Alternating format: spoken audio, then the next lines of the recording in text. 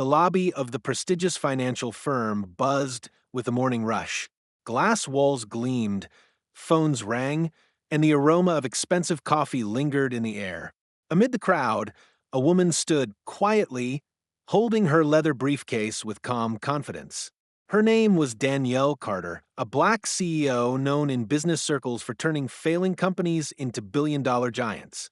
But here, in this building that she herself had poured millions into acquiring just months earlier, no one seemed to recognize her. She had arrived early for an unannounced visit, intending to meet with senior management before the quarterly review. Instead, she was met with dismissive stares and a cold reception. When Danielle walked toward the conference area, the receptionist raised her hand sharply. "Ma'am, guests need to wait outside until they're called," she said, her tone dripping with condescension.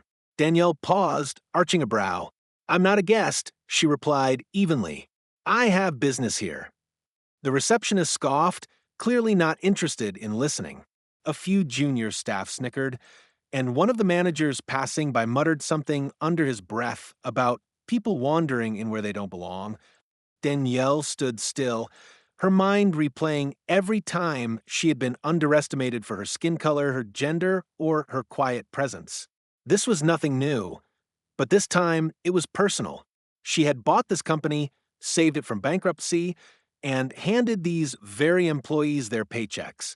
Yet here they were, mocking and sidelining her, blind to the power she carried.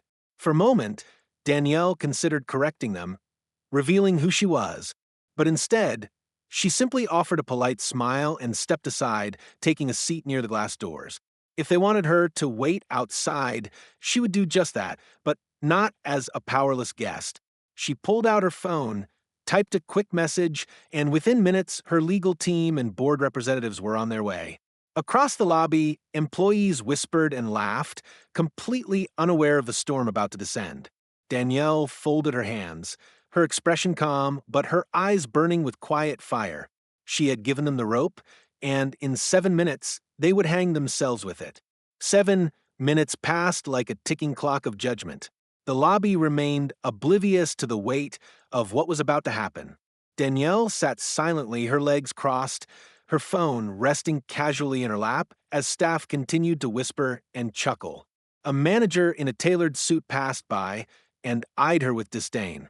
"Ma'am, I told you clients and outsiders need to wait outside the building until they're escorted. You can't just sit here," he snapped, his voice loud enough to draw the attention of others. Danielle tilted her head, studying him carefully.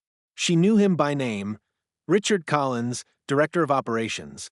His arrogance had been noted in past performance reports, and today he was sealing his fate. She said nothing, only giving him a polite nod, as if she were indeed some outsider desperate for entry.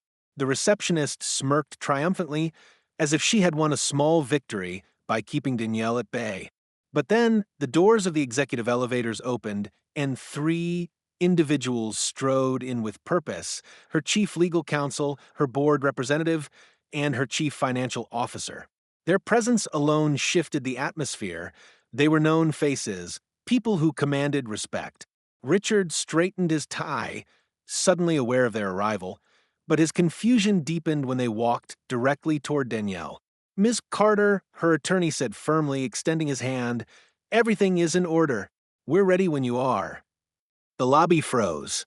The receptionist's jaw dropped, her hand frozen midair as she clutched her clipboard. Danielle stood gracefully, smoothing her blazer, and looked around at the sea of shocked faces. 7 minutes, she said softly, her voice carrying through the silence. "That's how long I gave you to show me who you are." Richard blinked, stammering, "Why, you're Ms. Carter?" Danielle smiled, but it wasn't warm. "No, Mr. Collins. I'm not just Ms. Carter. I'm the CEO of this entire corporation. And as of today, I'm also your boss." Gasps rippled through the room. The laughter and whispers died instantly. Danielle walked past the stunned employees, her heels clicking against the marble floor like a drumbeat of finality. "Follow me," she instructed her team, but then paused. Turning back, she locked eyes with Richard and the receptionist. Actually, all of you, stay right here. HR will be down shortly to escort certain staff out of this building permanently. The silence was crushing. Danielle's measured calm was more terrifying than if she had shouted. They had tried to humiliate her, but instead, they had written their own termination papers.